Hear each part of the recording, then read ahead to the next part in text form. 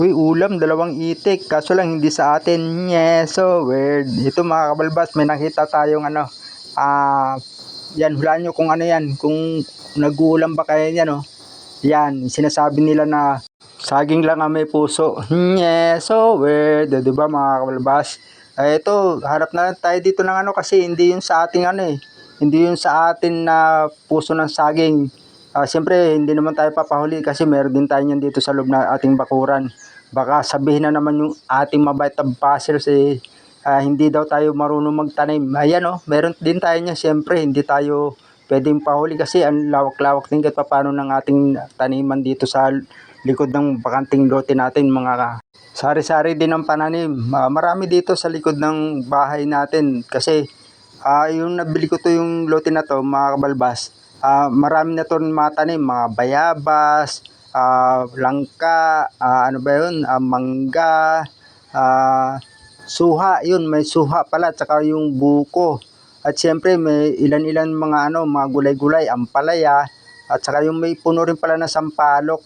At saka yung ano, kay Mito, kaso lang kay Mito noon, natumba ng bagyo na bago ako lumipat dito, bumagyo raw dito ng malakas dito sa aming mahal na probinsya. Kaya yung mga puno dito nagtumbahan.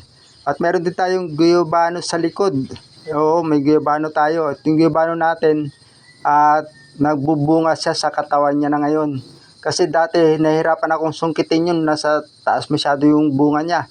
O yan nga pala, ihaw lang natin yung ano na yan, ng puso ng saging. Baka napapahaba yung pagbibida-bida ko sa inyo sa mga tanim-tanim dito eh. Kasi minsan mga nga kabalbas na bas talaga ako. Bantay sa laki daw ako. Yeah. So weird. Tapos naiingit daw ako sa ano, mga tanim ng kapitbahay. Hindi ko alam ba't nagsalita ng ganun yung isa nating ano, organic followers. Organic followers, buzzers, hindi tayo ganun. Nanghihingi tayo sa kapitbahay din, syempre. At sa akin din naman, nanghihingi din sila dito sa akin ng mga tanim-tanim ko eh, di ba?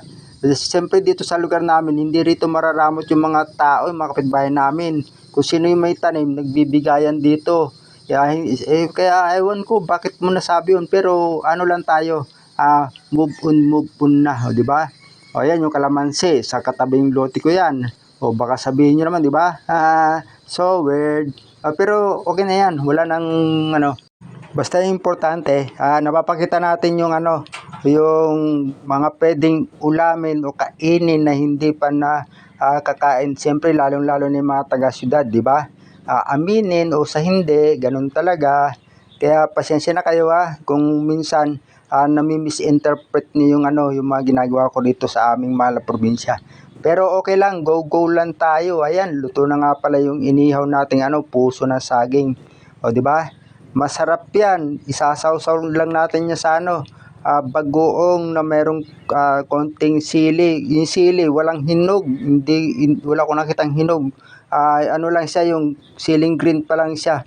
Pero okay na yon, hindi naman siya ganong kaanghangan. Yun nga pala, sige, kain na tayo nga pala. At shoutout nga pala sa walang sawang na nanonood ng ating munting video. Mainit na ngayon dito sa aming ano, munting probinsya. Kaya sumubok muna tayo rito ng inihaw na puso ng saging, di ba?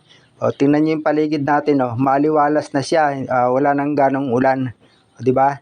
Kaya buti na lang at ganito ng ating panahon, pero mas maganda pa rin yung umuulan-ulan para malamig yung paligid at siyempre maraming ano, nadidiligan yung mga pananim, lahat na matumutubo, okay?